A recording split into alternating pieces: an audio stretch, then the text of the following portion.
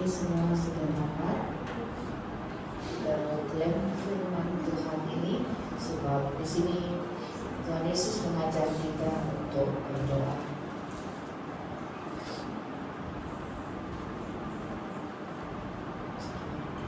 Mari kita serta 1, 2, 3.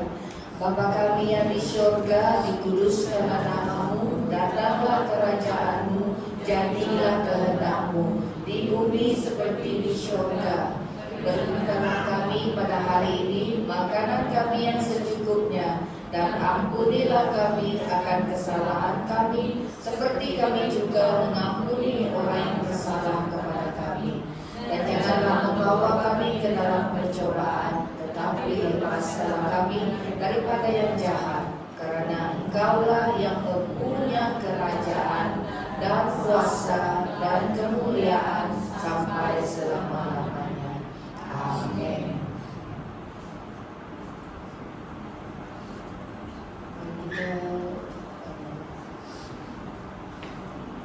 Kita sama-sama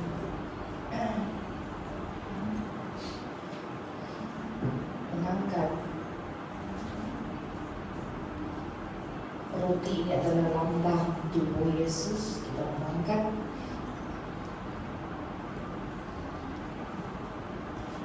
dan ketika mereka sedang makan, Yesus mengambil roti, mengucap berkat, memecah-mecahkannya, lalu memberikannya kepada murid-muridnya dan berkata, ambillah, makanlah, inilah tubuhku. Mari kita makan di dalam nama Yesus.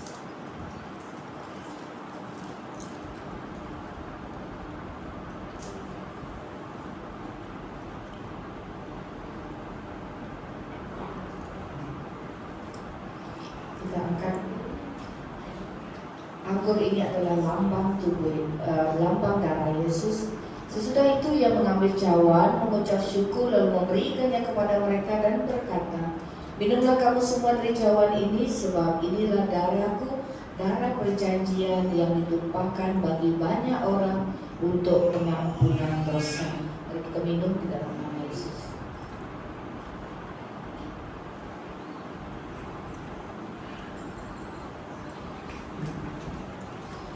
Berdoa, ya Bapa, ya Aba, ya Bapa, Tuhan kami yang kami tinggikan, yang kami muliakan. Kami mengenal melalui anakmu Yesus Kristus. Kami tahu ya Tuhan, hari ini ya Tuhan, satu peringatan bagi kami. Setiap kali kami mengambil tubuh dan darah Yesus, kami memperingati Engkau yang sudah mati bagi setiap dosa pelanggaran kami ya Bapa.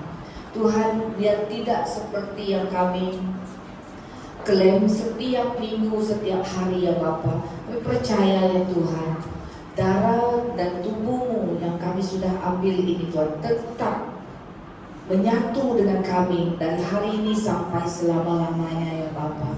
Terus memberi kekuatan dan terus memimpin kami ya Tuhan untuk melakukan kehendak Tuhan selama kami hidup di bumi ini ya Bapa.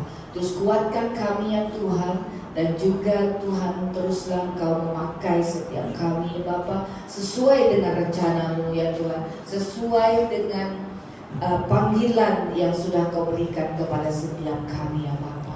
Kami naikkan syukur, kami naikkan sembah kami ya Tuhan.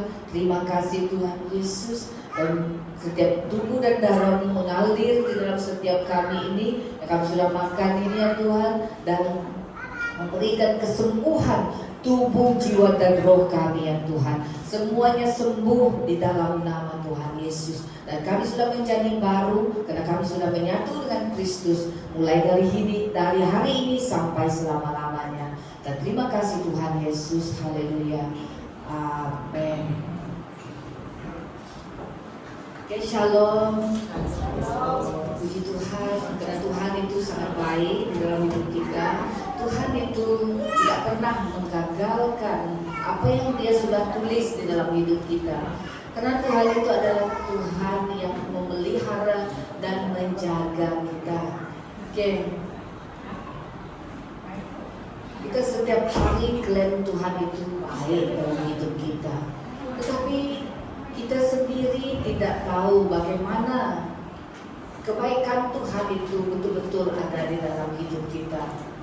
Ya terkadang kita tidak tahu bagaimana. Betulkah Tuhan itu sangat baik? Benar, Tuhan itu adalah sungguh baik dalam hidup kita. Tapi kita yang jahat, betul? Kita sendiri yang jahat. Sebab kita tidak pernah mau mendengar apa yang Tuhan katakan kepada kita. Kita yang menolak Tuhan di dalam hidup kita. Kita tidak mau dipimpin oleh Roh Kudus. Kita sendiri yang menolak Tuhan di dalam hidup kita. Tetapi Tuhan tidak pernah meninggalkan kita. Jangan kamu mengatakan kamu masih muda, kamu masih kanak-kanak. Tetapi dalam Tuhan, kamu tahukah siapakah Nabi Tuhan yang paling muda dipakai Tuhan? Siapa? Oke, sebelum kita mulai, saya bagikan soalan ini dulu. Siapa Nabi Tuhan yang paling muda dipakai Tuhan? Jangan Google. Saul, Daud. Siapa? Yes, Samuel. Berapa umur Samuel? Hah? 17? Tidak. Samuel melayani Tuhan masa dia kanak-kanak lagi. Samuel melayani Tuhan semasa dia kanak-kanak lagi. Dia sudah dihantar ibunya kepada imam. Siapa? Imam siapa? Siapa yang menjaga Samuel dari dia selepas Samuel tidak menyusu pada ibunya? Siapa yang menjaga? Yes, Imam Eli. Imam Eli itu adalah imam besar yang dipercayakan Tuhan untuk memimpin bangsa Israel. Imam Eli itu adalah imam besar yang dipercayakan mereka untuk memimpin semua golongan supaya mereka tahu kebenaran firman Tuhan. Ke Imam Eli. Oke, kita melihat di dalam 1 Timotius 4 ayat 12. 1 Timotius 4 ayat yang ke-12. Sudah. Oke, mari kita baca 1, 2, 3. Jangan seorang pun yang menganggap engkau rendah karena kau muda, jadilah teladan bagi orang-orang percaya dalam perkataanmu, dalam tingkah lakumu, dalam kasihmu, dalam kesetiaanmu, dan dalam kesucianmu. Oke, ayat dalam bahasa Iban. Anak menuju ke orang ngemaruah kenuan ketegal nuan agimbia tan awak kenuanku ari jaku ulah pengerindu mengarap engkau menghidup nuan tituci nyari teladan ke orang di Arab. Nah, ayat firman Tuhan ini mengatakan walaupun kamu masih muda, masih kanak-kanak, masih muda di dalam jasmani, tetapi Tuhan tidak akan memandang kamu masih muda di dalam jasmani, tetapi Tuhan biarlah kalau kamu mengaku kamu adalah orang yang melayani Tuhan, kamu mengaku kamu percaya kepada Tuhan Yesus, kamu tidak muda di dalam iman. Okay? Sebab kita sentiasa belajar, setiap minggu kita belajar, setiap hari Sabtu kita juga belajar. Okay? Setiap hari Rabu juga kita belajar tentang firman Tuhan, tentang ajaran-ajaran yang patut kita ikuti, yang patut kita contohi. Sebab kalau kita tidak belajar, kita tidak akan tahu, kita tidak akan pandai. Tapi Tuhan mau kita sentiasa belajar supaya kita menjadi orang yang pandai. Untuk menjadi orang yang pandai, apa yang perlu kita buat? Haruslah membaca buku, kan? Tidak ada orang yang tidak sekolah, kecuali ada satu nabi yang tidak sekolah boleh menjadi nabi.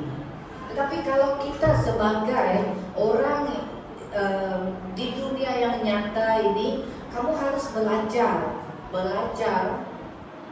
di sekolah ataupun belajar di apapun pusat pendidikan supaya kamu menjadi orang yang pandai.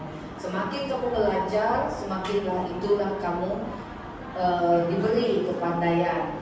Seperti pepatah Melayu mengatakan, belakang parang, kan? Betul? Belakang parang kalau selalu diasah, dia juga akan tajam. Begitu juga dengan kita. Kalau kamu sentiasa mau belajar tentang kehidupan bersama dengan Tuhan, semakin hari kamu semakin pandai. Saya dulu pun tidak pernah pun bercita-cita mau jadi pastor, bercita-cita mau jadi leader, tak pernah. Tetapi oleh karena sentiasa belajar dengan Tuhan, sentiasa mau dipimpin oleh Tuhan, maka itulah saya dapat. Bukan saya pandai, tidak saya pandai, tetapi saya selalu mau belajar. Selalu mau belajar apa yang Tuhan inginkan di dalam hidup kita. Sebab kita belajar adalah dari iman. Iman itu adalah satu dasar. Iman itu adalah satu dasar. Iman itu adalah tidak dapat kita lihat. Semua kita tahu, kan? Iman itu adalah satu dasar yang tidak kita lihat. Semua tahu, kan? Iman itu dasar daripada yang kita tidak dapat lihat. Di dalam Ibrani 11 ayat 1. Semua kita tahu. Kamu tahukah bagaimana orang membuat bangunan ini? Dasar. Mesti ada dasar. Dia menggunakan pasir, simen, kayu, pastu, tanah, batu, air. Semua itu adalah dasar supaya bangunan ini. Saya tidak pasti bangunan ini berapa tahun sudah, tapi yang pastinya bangunan ini saya rasa kurang daripada 5 tahun. Tetapi kita melihat bangunan KLCC yang berkembang, bangunan Petronas itu adalah lebih daripada 10 tahun. Lebih daripada 10 tahun. Tapi sampai sekarang ini dia tetap berdiri dengan tegak. Kenapa? Ya, sebab dasar dia adalah kuat. Dasar yang kuat. Jadi tak ada dia terus simpan batu kat bawah tu, simpan pasir, simpan simen. Kalau tidak dikawal bersama, jadi pasir itu kan dia akan luntur, dia akan lari, dia akan hanyut, kan? Tetapi apabila semuanya itu digabungkan bersama, dia akan menjadi dasar yang kukuh, foundation yang kukuh. Kerana setiap, baik pun bangunan, baik pun iman, memerlukan dasar yang kukuh di dalam hidup kita, supaya setiap apapun di dalam, baik pun bencana, baik pun di dalam kalau dasar bangunan yang tidak kukuh, apabila hujan datang, apabila banjir, jadi bangunan itu akan roboh. Bangunan itu akan roboh. Bangunan itu akan tenggelam. Tetapi apabila dasar yang kuat di dalam hidup kita, itu akan membuatkan bangunan kita dan iman kita itu semakin hari semakin kuat. Ya. Iman kita semakin hari tidak pernah akan luntur. Kenapa? Sebab kita tahu dasar yang kuat adalah memerlukan pengorbanan yang kuat. Nah, kita melihat pengorbanan Tuhan Yesus. Kalau tidak ada pengorbanan, bagaimana dia dapat mengalahkan maut? Kan? Dia berkorban karena kasih. Itu satu dalam pengorbanan adalah kasih. Begitu juga di dalam iman kita, kalau kamu tidak mengorbankan, kamu tidak membuatkan dasar yang teguh dalam hidup kamu, kamu juga akan luntur, iman kamu juga akan luntur. Apabila sedikit saja masalah dalam hidup kamu, kamu terus melupakan Tuhan, kamu terus tidak memperingati apa perintah Tuhan di dalam hidup kita. Oke, di sini kan tadi kamu mengatakan yang paling kecil melayani Tuhan adalah Samuel. Samuel itu adalah janji di mana ibunya Hana, apabila dia sudah diberi Tuhan, yang dia sudah meminta kepada Tuhan, apabila dia akan mempunyai seorang anak, dia akan hantar Samuel, dia akan persembahkan Samuel ini kepada Tuhan. Sehingga apabila Samuel sudah tidak menyusul lagi kepada ibunya, jadi ibunya sanggup menghantar Samuel kepada Imam Eli untuk dipimpin oleh Imam Eli supaya dia tahu tentang, mempelajari tentang kehidupan bersama dengan Tuhan, supaya dia menjadi orang yang baik. Itu adalah janji dia.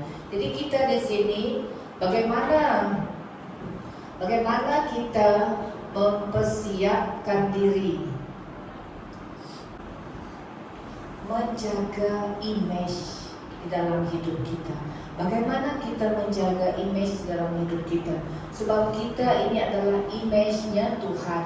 Kita adalah diciptakan serupa dengan gambar Allah. Jadi kalau kita datang setiap minggu, datang ke rumah Tuhan, mengatakan kepada Tuhan, kita sudah terima Tuhan dalam hidup kita. Tetapi saya tahu semua manusia ini tidak lalai daripada percobaan. Semua kita manusia ini tidak pernah tidak dicobai. Tetapi sebenarnya yang mencobai kita itu adalah keinginan daging kita sendiri. Bukan Tuhan yang mencobai kita, tetapi keinginan daging kita yang mencobai kita supaya kita melakukan hal-hal yang tidak harus kita lakukan. Sebab kita adalah sebagai image, sebagai contoh, sebagai role model di dalam hidup kita. Di sini Timotius ini dia akan mengatakan kepada mereka di Timotius mengatakan, jangan seorang pun yang menganggap engkau rendah karena engkau muda. Jadilah tauladan orang-orang percaya dalam perkataanmu, dalam tingkah lakumu, dalam kasihmu, dan dalam kesucianmu. Jadi kamu sudah mengaku Tuhan sebagai Tuhan dan Juru Selamat, dan kamu sudah mengaku untuk melayani Tuhan. Sebab banyak yang Tuhan sudah berikan kepada kita, banyak yang Tuhan sudah sediakan di dalam hidup kita. Walaupun kamu masih kecil, walaupun kamu masih muda, tetapi Tuhan mau kamu membawa image Tuhan di dalam hidup kita. Image Tuhan di dalam hidup kita adalah seperti Yesus. Apa yang Yesus lakukan semasa dia hidup sebagai manusia? Dia tidak pernah melakukan kejahatan. Satu pun kejahatan yang tidak pernah dia lakukan. Berkali-kali saya katakan Yesus adalah satunya nabi dan juga juru selamat yang patut kita contohi. Sebab sekalipun dia hidup di bumi ini, apa yang kita rasakan itu yang dia rasakan. Tetapi dia tidak pernah pun melakukan kejahatan. Dia tidak pernah melakukan hal-hal yang tidak dibenarkan oleh Bapa. Tetapi dia tetap menjadi role model. Itu yang Tuhan mau kita lakukan, kita sebagai role model di dalam kita sebagai orang pelayan Tuhan. Kamu semua adalah pelayan Tuhan. Kamu semua adalah orang yang melayani Tuhan. Kamu semua adalah nabi-nabi Tuhan yang Tuhan sudah pilih, yang Tuhan sudah nyatakan kepada kita. Oke, di sini kita melihat di dalam Lukas 6 ayat 46 hingga 48. 29. Saya rasa semua kita tahu tentang ayat ini, sebab ini adalah dasar yang Tuhan ajarkan kepada kita. Dasar yang Tuhan ajarkan, ada dua macam dasar ini. Kalau kamu tetap setia kepada Tuhan, kalau kamu tetap mempunyai dasar yang teguh, kamu adalah seperti dasar yang seperti rumah yang dibina di atas batu. Lukas 6 ayat 46. Sudah.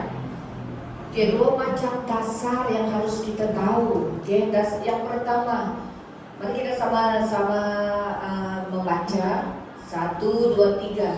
Mengapa kamu berseru kepadaku, Tuhan, Tuhan, padahal kamu tidak melakukan apa yang aku katakan?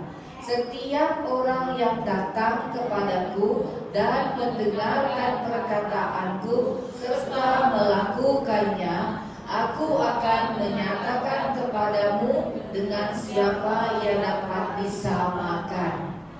Ia sama dengan seorang yang mendirikan rumah. Orang itu menggali dalam-dalam dan meletakkan dasarnya di atas batu.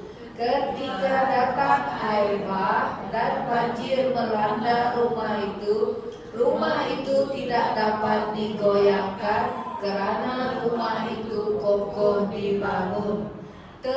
Akan tetapi barang siapa mendengar perkataanku tetapi tidak melakukannya, ia sama dengan seorang yang mendirikan rumah di atas tanah tanpa dasar.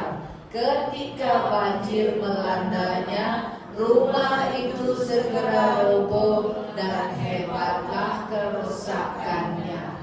Amin. Nah, ada dua dasar yang Tuhan sentiasa ajarkan kepada kita. Yang pertama, kalau dasar iman kamu kuat, ia adalah seperti rumah yang dibina di atas batu. Sebab dasar yang kuat, saya sudah katakan tadi, dasar yang kuat adalah semuanya dalam. Kalau dasar yang kuat memerlukan kos yang besar. Kos yang besar adalah yang kamu perlukan itu adalah sesuatu yang membuatkan sesuatu pengorbanan supaya dasar itu adalah teguh, memerlukan pengorbanan. Ya, nanti kita akan cakap tentang pengorbanan. Dan tetapi dia katakan barang siapa yang tidak mendengar perkataanku tetapi tidak melakukannya, sama dengan seorang yang mendirikan rumah di atas di atas tanah tanpa dasar. Ketika banjir melanda, rumah itu segera roboh dan hebatlah kerusakannya. Nah, ini yang Tuhan mau kamu perhatikan. Kita harus perhatikan apa dasar dalam hidup kita. Sebab dasarnya dalam hidup kita, dasar iman kita akan memberikan impak besar untuk masa hadapan kita. Kalau dasar yang tidak kuat di dalam iman kita tidak tahu apa yang akan terjadi di masa hadapan kita. Tidak ada orang yang tahu apakah seperti saya tidak pernah tahu pun yang saya akan terjatuh di bilik tandas. Pernah tahu, kerana rancangan iblis bersama dengan rancangan Bapa sama. Rancangan Bapa adalah rancangan untuk masa hadapan yang luar biasa, masa hadapan yang Tuhan sudah berikan kepada kita adalah suatu masa hadapan yang indah bersama dengan Bapa. Tuhan tidak pernah merancangkan kamu jatuh di tandas, lepas itu kamu pingsan, lepas itu kamu dirawat di hospital. Tidak pernah. Tetapi rancangan iblis sentiasa mau menggagalkan rancangan Bapa. Kenapa? Karena dia tahu, ya, sebab dia tahu dia mau memusnahkan masa hadapan orang yang ingin datang dan ingin dipakai Tuhan. Nah, jadi jangan kamu memperkatakan kepada saya, simple saja hidup ini pastor, sebab hidup saya di tangan Tuhan. Tetapi kamu tidak melakukan kehendak Tuhan di dalam hidup kamu. Nah, kamu tidak mau mendengar ajaran yang sudah diberikan kepada kamu. Saya mewakili Imam Eli yang kita tahu tadi kan. Imam Eli itu adalah imam yang dipercayakan Tuhan untuk mendidik bangsa Israel, untuk mendidik Samuel masa itu. Tetapi ada satu, apabila kamu membaca di dalam Samuel 1 Samuel ayat 1, 1 Samuel 2, 1 Samuel 7, kamu membaca 1 Samuel 1 ayat yang ke-20. Bila kamu baca, Imam Eli sudah dipercayakan, tetapi ada satu kamu baca dari awal sehingga habisnya 1 Samuel itu, kamu baca di mana anak Imam Eli ini ada 3 orang. Betul? Anak Imam Eli ini ada 3 orang. Siapa yang belum membaca Samuel? Belum? Oke, patut kamu baca. Mulai dari hari ini bacalah Samuel, 1 Samuel sampai 2 Samuel. Kamu baca. Sebab ada 3 anak Imam Eli yang sentiasa melakukan kejahatan, tetapi Imam Eli tidak menegurnya. Imam Eli tidak mau menegur anaknya karena Imam Eli mengasihi anak-anaknya, tetapi cara mengasihi anak-anak itu adalah salah. Apabila kamu tidak menegur anak kamu, apabila saya tidak menegur jemaat-jemaat saya melakukan hal-hal yang salah, jadi Tuhan sendiri yang campur tangan. Apa yang terjadi kepada anak-anak Eli? Sebab Eli selalu memberikan mewakili mereka, tetapi Eli tidak menegur anak-anak Eli. Anak-anak Eli meninggal karena anak-anak Eli melakukan hal-hal yang tidak mengikut kehendak Bapa. Nah, ada baca? Belum baca? Okay. Sikit sudah baca. Oke, saya harap kamu harus membaca firman Tuhan ini supaya kamu lebih tahu lagi dengan dalam bagaimana ketiga anak Eli ini diambil Tuhan nyawanya. Karena sebab apabila dia menegur, apabila Samuel yang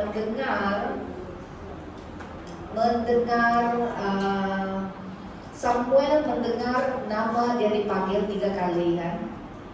3 kali dia dipanggil kan. Nah, Samuel. Di mana dia mengatakan itu adalah Tuhan Yesus yang memanggil dia. Tapi Samuel dia tidak tahu masa itu sebab dia masih kecil lagi, dia masih kanak-kanak lagi. Dia masih belum lagi tahu siapakah yang memanggil dia. Tetapi itu adalah Tuhan yang memanggil dia karena Samuel itu memang sudah dijanjikan ibunya, diserahkan kepada Tuhan supaya ia melakukan kehendak Tuhan di rumah Tuhan. Nanti kamu baca ayat itu, Samuel 1 sampai Samuel 7, 1 Samuel sampai Samuel 7. Banyak cerita tentang Samuel itu. Kamu melihat bagaimana Samuel itu memang dipercayakan Tuhan sampaikan. Samuel juga yang mengurapi siapa? Siapa yang dipercayakan Tuhan untuk diurapi oleh Samuel? Raja pertama orang Israel, Saul. Ya, Raja Saul. Tuhan mempercayakan Samuel untuk mengurapi Raja Saul. Bayangkan Samuel masih muda lagi, dia sudah dipercayakan untuk mengurapi Raja Saul.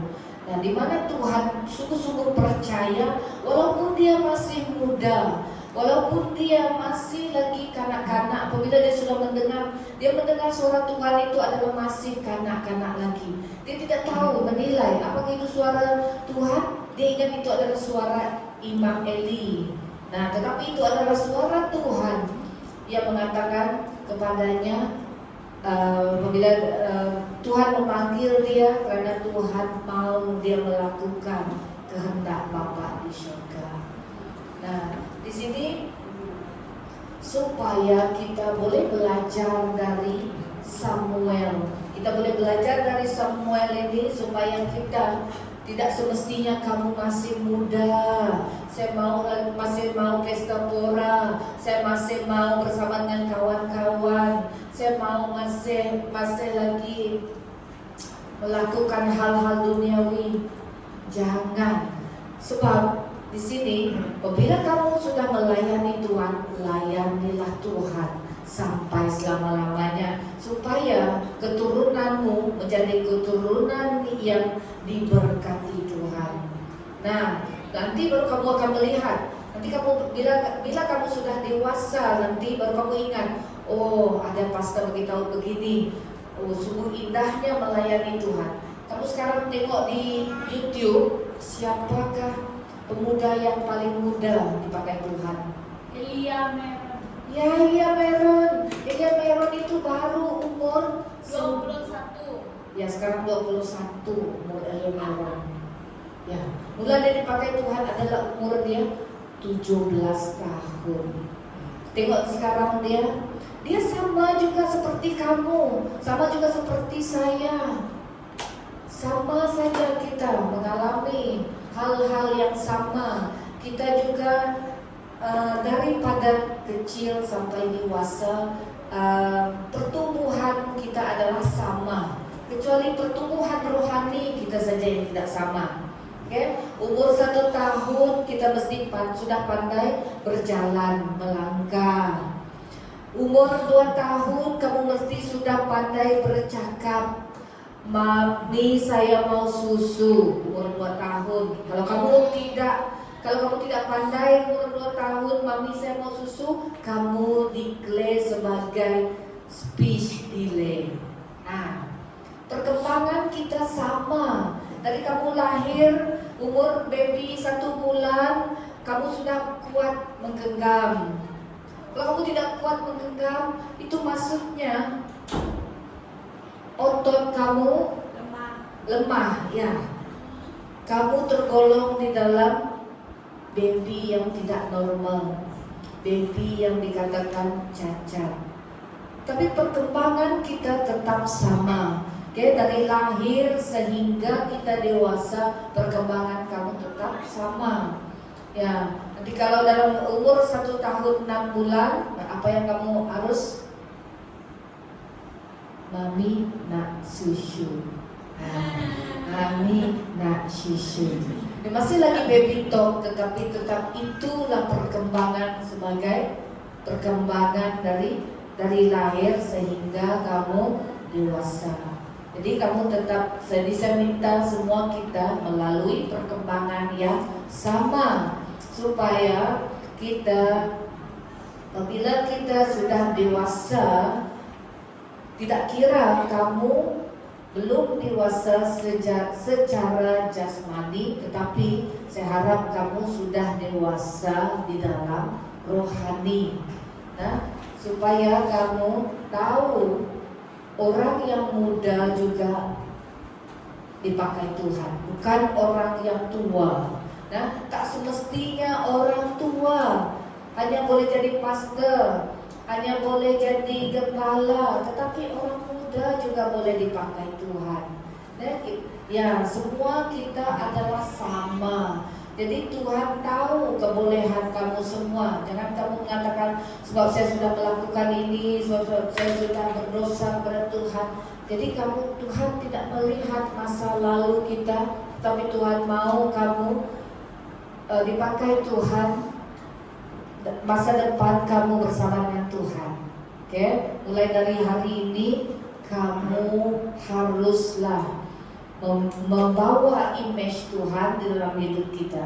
Membawa image Tuhan adalah melakukan kehendak Bapa di surga. Sebab di sini tadi jelas mengatakan, firman Tuhan tadi ini jelas, mengapa kamu berseru kepadaku, Tuhan, Tuhan. Nah, adakah kita berseru pada Tuhan? Tuhan, kau baik, Tuhan, kau memelihara hidupku, tetapi tidak mau melakukan apa yang aku katakan. Nah, tidak mau melakukan apa yang Tuhan katakan. Layakkah kita? Nah, tidak layak, kata Den. Betul, Den? Tidak layak. Tuhan mengatakan semua kita layak, tetapi dengan iman kita lah kita menyatakan. Sebab dalam firman Tuhan menyatakan iman tanpa perbuatan adalah mati. Oke, di sini saya mengatakan di sini, bahwa Tuhan mengatakan, mengapa kamu berseru kepadaku, padahal kamu tidak melakukan apa yang aku katakan. Nah, ingat, jangan berseru kepada Tuhan kalau kamu tidak melakukan apa yang Tuhan katakan kepada kamu. Betul? Sedaya upayalah kita sebagai pengikut Kristus, sebagai pengikut Yesus ini membuat sesuatu yang terbaik untuk Tuhan. Sebab itulah minggu lepas saya mengatakan, kamu kata Tuhan itu baik, Tuhan itu sangat baik, tetapi bagaimana? Betulkah kamu menghargai kebaikan Tuhan? Tidak kan? Kita tidak menghargai kebaikan Tuhan. Disinilah pertanyaan Tuhan kepada kita. Oke? Setiap orang yang datang kepadaku dan mendengar perkataanku serta melakukannya, aku akan menyatakan kepadanya dengan siapa ia dapat disamakan.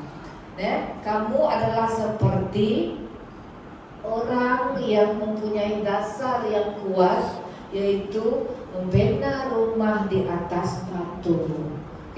Tetapi kalau kamu cuma memanggil nama Tuhan di dalam keadaan kamu tidak pernah berubah, kamu adalah sama seperti orang yang memanggil Tuhan, tetapi yang boleh disamakan dengan seorang yang mendirikan rumahnya di atas tanah tanpa dasar, dan ketika banjir melanda, rumah itu akan segera roboh dan hebatlah kerusakannya. Bagaimana kerusakannya?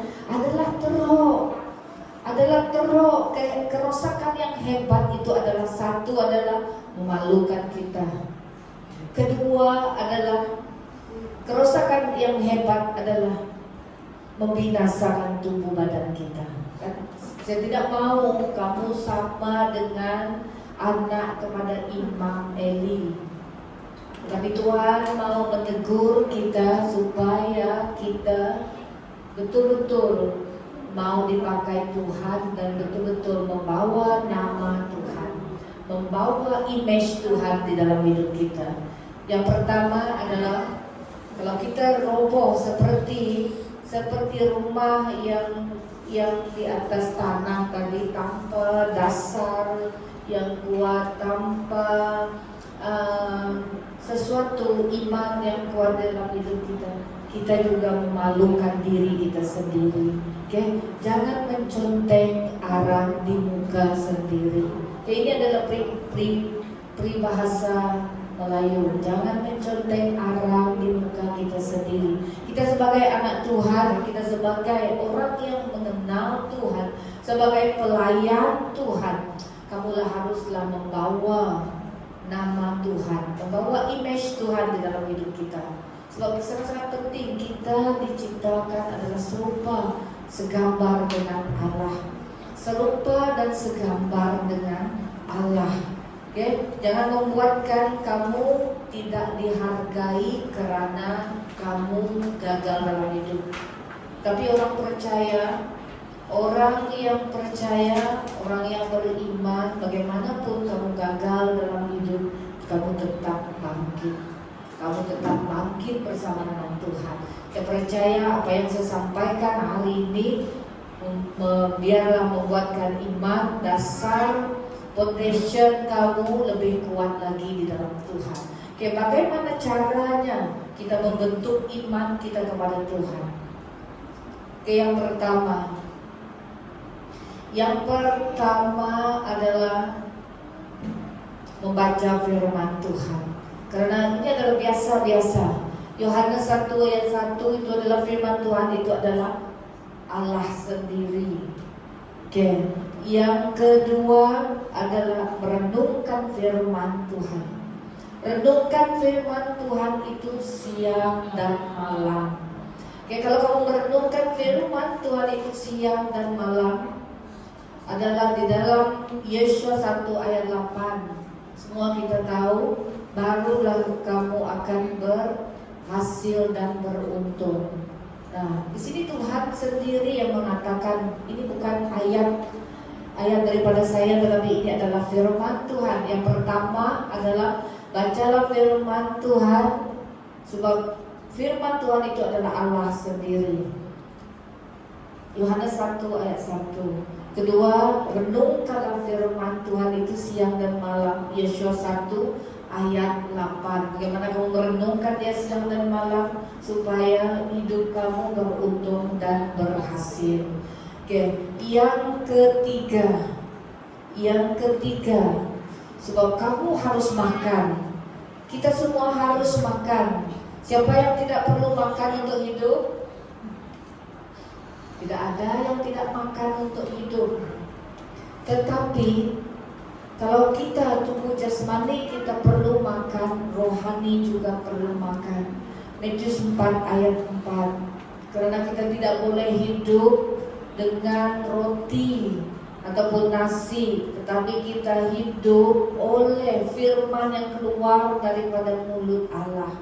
Ya, Matius 4 ayat 4. Yang keempat,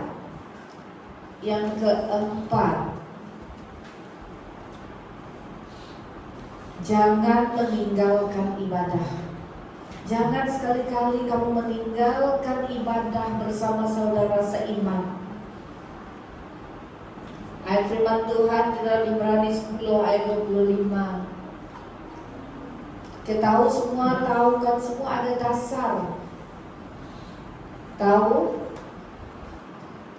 Ibrani 10 ayat 25, jangan sekali meninggalkan ibadah, menjauhkan diri dari pertemuan-pertemuan ibadah kita seperti yang dibiasakan oleh beberapa orang, tetapi marilah kita saling menasihati dan semakin giat melakukannya menjelang hari Tuhan yang mendekat. Menjelang hari Tuhan yang mendekat ini, kamu haruslah sentiasa beribadah bersama dengan sesama seiman. Jangan beribadah di tempat lain. Nah, jadi saya harap anak-anak Tuhan di tempat ini jangan sekali-kali lebih suka beribadah di talun. Ya, siapa tahu talun? Jangan sekali-kali mau beribadah di talun, habiskan masa beberapa jam di talun, habiskan masa beberapa jam di tahu apa talun? Nah, di tempat karaoke, di tempat orang kata mau release station. Kenapa di gereja tak ada tempat release station? Di sinilah tempat kamu meluahkan segala-galanya. Ya, kamu boleh meluahkan apa-apa, bagaimanapun stres pun kamu, bagaimanapun apapun di dalam hidup kamu, apapun yang terjadi, tidak ada satu pun yang tidak dapat Tuhan lakukan. Kan semuanya dapat Tuhan lakukan. Bila kamu berseru dalam nama Tuhan, Tuhan itu akan menjawab kamu. Malah Tuhan mengatakan di dalam Yeremia 33 ayat 3,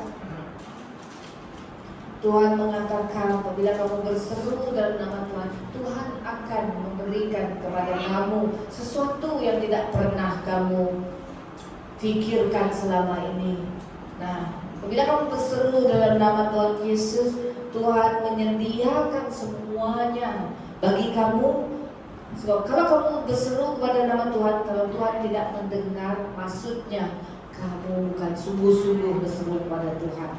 Kalau kamu bersungguh-sungguh berseru kepada Tuhan, Tuhan maka akan menjawab.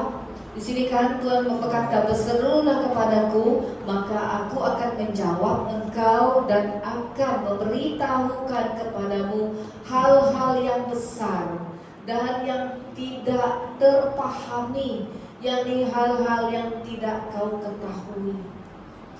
Nah, ini tadi yang keempat kan?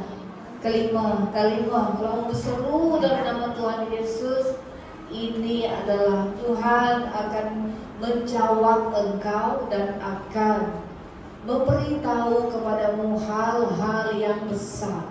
Hal-hal yang besar itu adalah hal-hal yang sesuatu yang tidak dapat dilakukan oleh manusia, tetapi Tuhan dapat melakukan semuanya.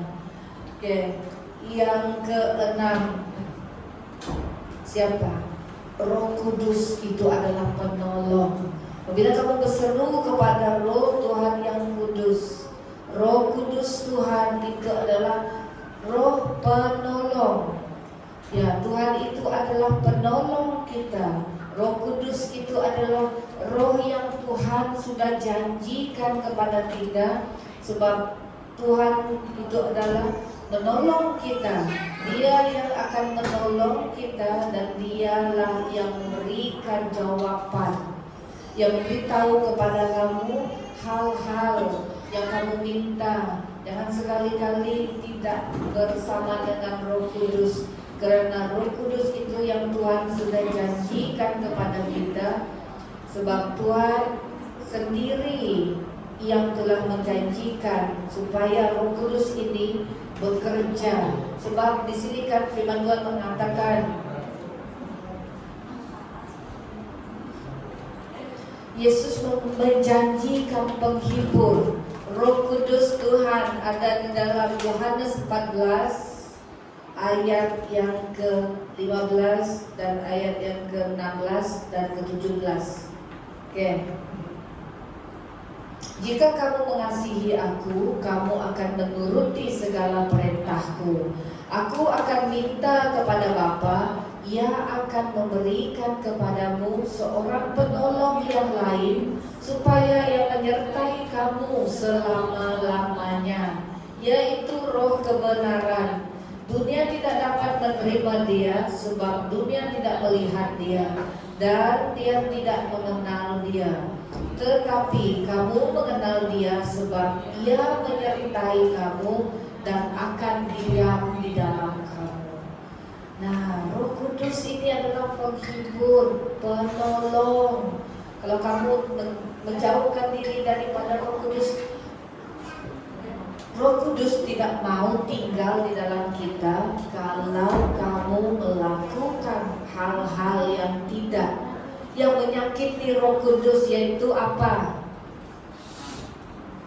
Ya, kamu melakukan hal-hal yang merosak tubuh badan Tuhan. Kalau kamu merosakkan tubuh badan Tuhan, maka Roh Kudus akan lari daripada kamu. Ya, Roh Kudus dia adalah adalah pribadi yang lemah lembut, pribadi yang manis. Kalau kamu merosakkan badan kamu sendiri dengan rokok, dengan dadah, dengan hal-hal yang lain, dengan dengan keinginan daging kamu yang lain, maka Roh Kudus itu akan lari daripada kita. Oke? Roh Kudus, kalau kamu pemabuk, mana Tuhan mau minum? Mana ada Tuhan mau mabuk? Karena Tuhan itu adalah kudus. Roh Kudus itu adalah kudus. Tetapi apabila kamu mengasihi Roh Kudus juga akan mengasihi kamu. Roh Kudus itu adalah lemah lembut, manis, Dan juga Roh Kudus itu adalah penolong yang selalu berbicara dengan kamu di telinga, itu adalah Roh Kudus. Oke, yang keenam, yang keenam cukuplah untuk kita hari ini. So, kalau terlalu banyak nanti kamu akan lupa. Yang keenam, kita melihat di dalam Nahum 1 ayat 7. Luar biasa dalam Nahum 1 ayat 7. Tuhan itu baik. Dia adalah tempat perkongsian pada waktu kesusahan. Ia mengenal orang-orang yang berlindung kepadanya. Nah, ya kita ambil yang ke-8. Dan menyeberangkan mereka pada waktu banjir.